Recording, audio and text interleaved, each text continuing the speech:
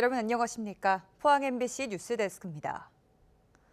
올여름 기록적인 폭염과 고수온이 계속되면서 경북 동해안 양식장에서 물고기 240만 마리가 폐사해 최악의 피해를 기록하고 있습니다. 추석을 앞둔 지금까지도 고수온 피해가 이어지면서 양식어민들은 출하마저 제때하지 못해 심각한 경영난을 겪고 있습니다. 장성은 기자입니다. 포항시 구룡포읍의 한 양식장. 매일 아침마다 물고기들이 배를 뒤집은 채 죽어 나옵니다. 기록적인 폭염과 고수온주의보가 한 달을 넘기면서 키우던 강도다리와 넙치 40만 마리 가운데 15만 마리, 30% 이상이 폐사했습니다. 폐사가 속출하면서 텅 빈 수조도 하나둘 늘어나고 있습니다. 이만큼 심한 적은 진짜 처음이에요. 장기간 가고 수온 자체가 이만큼 높은 적은 저는 태어나서 이게 진짜 처음이에요. 올여름 경북 동해안 양식장에서 폐사한 강도다리와 넙치는 240만 마리, 전체 양식 물량의 12%로 역대 최고치를 기록했습니다. 지역별로 포항이 226만 마리로 가장 많고 울진 10만 마리, 경주가 2만여 마리 등입니다. 피해 규모가 정부 재난지원금과 보험금으로 감당할 수 있는 수준을 넘어섰습니다. 여기에다 장기간에 걸친 고수온 탓에 출하까지 제때하지 못하면서 양식어민들의 경영난은 한계에 달했습니다. 고수온 기간 동안에 사료를 못 줘요. 못 주게 되면은 그만큼 고기들이 살밥이 안 올라오고 상품 가치가 떨어지니까 이걸 출하하더라도 클레임 걸려서 넘어오면 저희가 또 온전히 그 부담을 또 안아야 돼요. 양식어민들은 산 고기들도 판매 가능한 상품으로 성장하지 못하는 최악의 상황이 발생하면 도산하는 양식장이 속출할 수 있다며 대출자금 상환 유예 등 정부의 지원을 바라고 있습니다. MBC 뉴스 장성훈입니다. 9월 중순에 접어들었지만 울진을 제외한 경북 동해안에 다시 폭염특보가 내려졌습니다. 포항은 오늘 오후 4시를 기해 폭염경보로 강화 발령됐고 경주와 영덕은 폭염주의보가 발효됐습니다. 내일 오후까지는 매우 무덥겠고 내일 저녁부터 기온이 낮아지면서 폭염특보는 해제 또는 완화될 가능성이 있습니다. 올여름 대구와 경북은 기상 관측 이래 역대 가장 더웠던 것으로 조사됐습니다. 대구지방기상청에 따르면 올해 6월에서 8월 대구 경북 여름 평균 기온은 25.6도로 1994년 25.4도를 제치고 역대 1위를 기록했습니다. 열대야일수도 평균 14.21로 관측 이래 가장 많았습니다. 평균 폭염일수는 28.71로 평년 14.6일보다 2배가량 많아 역대 3위를 기록했습니다. 세계 국가유산 산업전이 경주 화백 컨벤션센터에서 개막해 오는 12일까지 열립니다. 국가유산에 접목한 최첨단 기술을 볼 수 있고 관련 산업 연구개발 동향과 구매 상담회도 이어집니다. 임재국 기자가 보도합니다.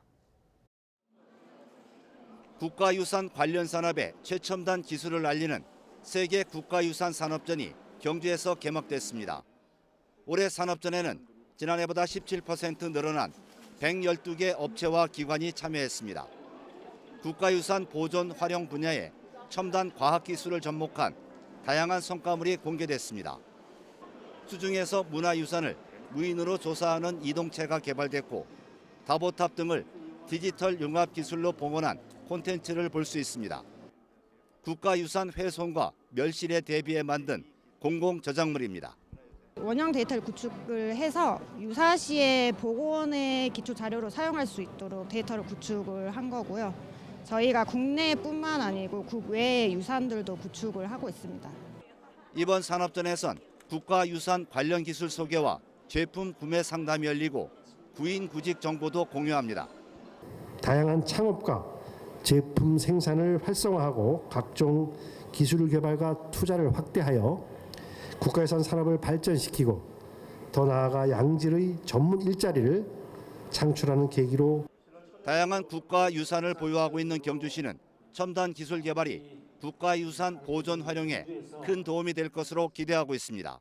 경주의 수많은 문화유산 가운데 아직도 발굴 보존이 덜 된 그런 분야가 많기 때문에 이런 기술들을 잘 활용해서 우리의 감춰진 역사적 흔적들을 찾아내고 또 나아가서 산업적으로도 더 신장 발전시키는 올해 산업전에선 다양한 체험 행사와 경주 금천리 고분군 등 현장 답사 프로그램이 이어지고 드론을 활용한 나이트 쇼가 펼쳐집니다. MBC 뉴스 임재욱입니다. 포항 지역 도시숲 5곳이 온실가스 배출권 거래제 승인을 받았습니다. 환경부는 최근 포항 북구청 및 꿈트리센터 도시숲을 온실가스 배출권 거래제 대상 숲으로 승인했습니다. 포항에서는 2021년 해도 도시숲을 시작으로 이듬해에는 포항 철길숲, 2023년에는 평생학습원 문화숲과 연일 근린공원이 온실가스 배출권 거래제 승인을 받았습니다. 지난 2015년 대구의 일본군 위안부 역사관 희움이 만들어졌습니다. 일본군 위안부 피해자인 고 김순학 할머니가 내가 죽어도 잊지 말아달라는 유언과 함께 5천만 원을 기탁하셨고 시민들 모금이 더해져 건립됐는데요.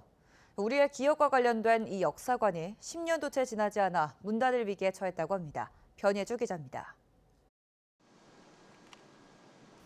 2015년 일본군 위안부 역사관이 대구에 문을 열 때 모두가 주목했습니다. 전시실은 발 디딜 틈 없었고 함께 역사를 기억하자고 다짐했습니다. 9년이 지난 지금 할머니들의 사진만이 역사관을 지킵니다. 정말 안 온다 하는 날에는 10명도 채 안 오는 것 같습니다. 작년도에 비해서는 한 달에 평균 100명 정도는 준 것 같습니다. 사무실 바닥에 양동이 2개가 놓였습니다. 비가 오면 천장에서 물이 뚝뚝 떨어집니다. 벽면에는 곰팡이가 잔뜩 피었습니다. 전시실 입구에 이렇게 위안부 역사관 설명이 적혀 있는데요. 물이 흐른 흔적이 그대로 남아 있습니다. 누수는 지난해 여름부터 심해졌습니다. 건물 노후화도 있고 지금 인근 지자체에서 진행하는 공사로 인해서 이 누수가 더 악화되었습니다. 수장고에는 피해 할머니가 생전에 쓰던 안경과 신분증, 먹던 약이 남았습니다. 세월이 흘러 피해 할머니들이 세상을 떠나면서 유품 상자는 하나 둘 쌓여가고 위안부 관련 기록물들도 가득합니다. 전시 공간도 보관 장소도 부족한데 재정비할 예산이 없습니다. 상근 직원은 단 2명, 전시 기획부터 기념품 포장까지 도맡습니다. 재정 상태가 상당히 어렵습니다. 왜냐하면 거의 정부 지원 없이 저희들 후원금으로 운영하려고 그러다 보니까 지금 여기에 근무하시는 활동가 분들에게도 정말 급여를 드리기가 좀 어려울 정도로. 역사관은 후원비와 관람료, 기념품 판매 수익으로 운영됩니다. 해마다 6천만 원 남짓, 직원 급여와 관리비로도 부족한 수준입니다. 대구시가 기림의 날 행사비로 해마다 500만 원을 지원할 뿐입니다. 열악한 재정난에 역사관은 더는 버티기 어려운 상황입니다. 위안부 문제를 해결해 주려고 해서는 해결 못했으면 이 역사관이라도 똑바로 좀 하나를 해주고 해야 될 거 아닙니까? 그거조차도 아무것도 해준 게 없습니다. 세월이 갈수록 잊혀지고 있는 위안부 피해 할머니. 기억하지 않는 역사는 되풀이된다는 어느 독립운동가의 말처럼 위안부 피해 할머니를 기억하기 위한 노력은 계속돼야 합니다. MBC 뉴스 변예주입니다. 전국 병원 응급실 64%에 의료 공백이 있다는 조사 결과가 나왔습니다. 보건의료 노조에 따르면 국립대병원과 사립대병원, 지방의료원 등 65개 의료기관 노조를 대상으로 한 설문조사에서 64.6%인 42곳에서 의료 공백이 발생하고 있다고 답했습니다. 응급실 가동률은 전공의 사직 이전과 비교해 떨어졌다는 응답이 50.7%, 큰 변화 없다가 40%로 나타났습니다. 박용선 경북도 의원은 최근 포항 시민을 대상으로 실시한 정책 여론조사 결과 포항의 가장 시급한 현안을 묻는 질문에 32.4%가 포스텍 의과대학 신설을 꼽았습니다. 다음으로 영일만 횡단대교 건설 22.7%, 첨단 전략산업 맞춤형 인력 양성 21.1% 등이었습니다. 포항 발전에 주도적인 역할을 하는 분야로는 2차 전지, 바이오, 수소 등 첨단 산업 다변화라는 응답이 가장 많았습니다.